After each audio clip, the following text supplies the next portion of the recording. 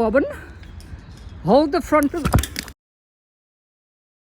okay, I've untied the bobbin. There's my screw. Pull the bobbin towards you. As you can see, there's a little slot in there. All you do is you twist the bobbin and you take it out, and when you put it back, you just put the wire back into the slot, put it on the bracket, and put your screw back into the post again. As you can see here, you've got an insulator that's sitting against the post. It has to be between the bare wire and the wall. It could be a post, it could also be a tree. You don't really have to even nail it in or screw it into a wall. You can actually use prattly putty as long as it sits. Over here, you've got your insulator. It's got a hole on that side and a hole on that side. Take your wire through your insulator, bend it over, then you use a ferrule. Your wire into the ferrule.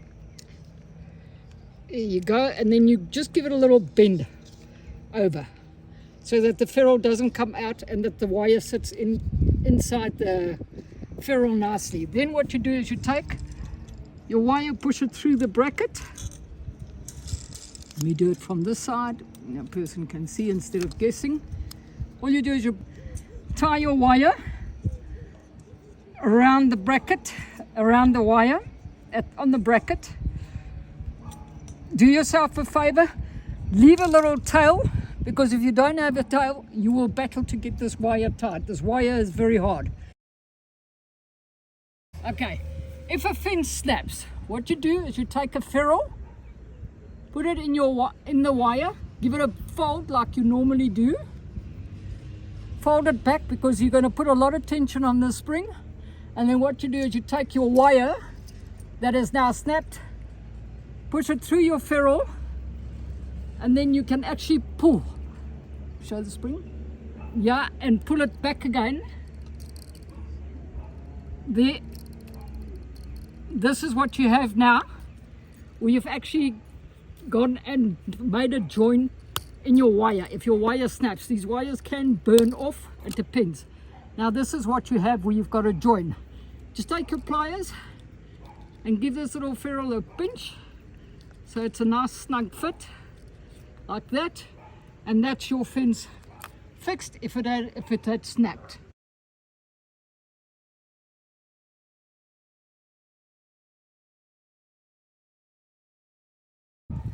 If you're going to put a spring into your insulator, as you can see there, I've got my wire running through here, and then I'm going to take the opposite side. The insulator is well insulated. Just give it a little bit of a bend, hold your wire together. There's your ferrule, put your ferrule back in there.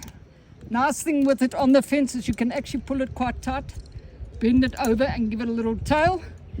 Then you've got your spring.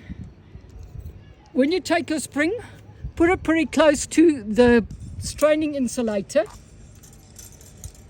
like that. Now you can pull on your spring. When you pull your spring, pull it about that much. Hold the spring like that. Put your wire through your spring with your ferrule. Let me just put the ferrule on first, and then you take your spring, run it through your spring, hold that and pull your spring just a little bit, not too much. There's a tremendous amount of tension on the spring. I'm going to make it a little bit tighter because I can. There you go. And then what you do is you put your wire back into your ferrule, pull it back, fold it back. And that is how you put your spring in your fence. You can take this wire and run it back through your ferrule and just bend it back again. You can do it like that. I'm just going to cut this off here.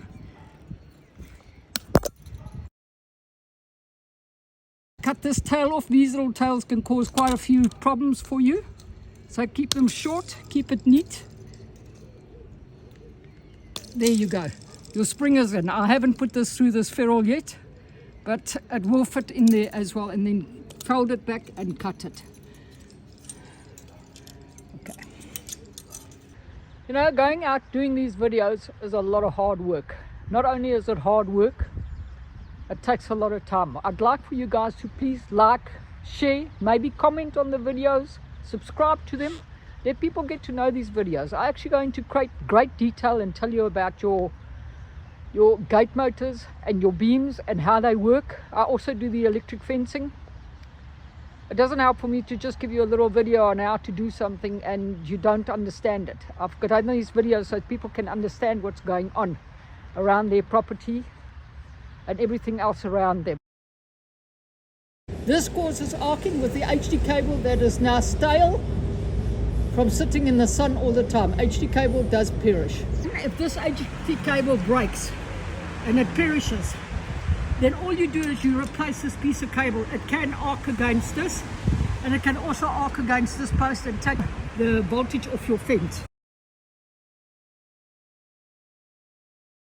We're going to replace the HD cable from the gate through to the fence. I'm just showing you how to join your HD cable. You can see we stripped the HD cable here. It's got 2 layers of plastic on it. It's well insulated. This is copper. Copper tends to corrode very quickly. So what we are doing now is we're just wrapping this around the electric fence strand, around the stainless steel strand, like that.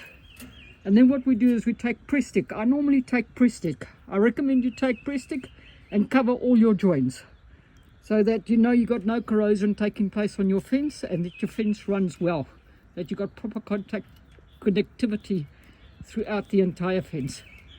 This is what the joint looks like. It will go grey and dark grey, and eventually it just blends into the background.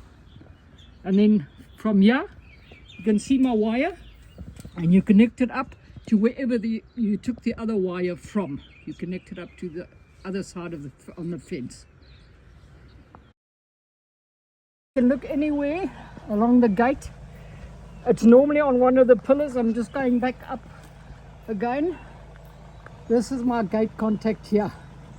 This is the single gate contact. This is a gate contact that you normally have on your gates. As you can see, it's got a spring there. That spring is a spring that comes off the electric fencing. I've got some of these springs in the boxes. If the spring accidentally hooks onto that little pin there, spring and stretch it, sometimes these springs also break. You can replace them. If that spring is not there and that little pin is not touching the spring, this cable here brings the electricity from the fence, puts it onto this pin here, the spring puts it back onto the gate. This here is a gate contact. As you can see there, these 2 pins go into the gate contact here. I'm not touching it because they're on, but if you go back and you follow these wires, you've got a cable coming onto the electric fencing. It goes down on the gate, goes down, and as you can see, your fence returns here and it comes back again back into the gate contact, into the back again. I'm just going to open the gate to show you how the gate contact works. You see, it's released it. There it is. I'm going to stop the gate again. This is, if this thing doesn't make decent contact, your electric fence won't work properly. There are springs inside there. Check that everything is clean and that it at least makes contact. This kit comes like this in a box. It will last you the lifetime of your electric fencing. It's worth investing in it. Just a call out fee for somebody to come and fix your fence will cost you the amount of this box. You can also order your repair kit from takealot.com.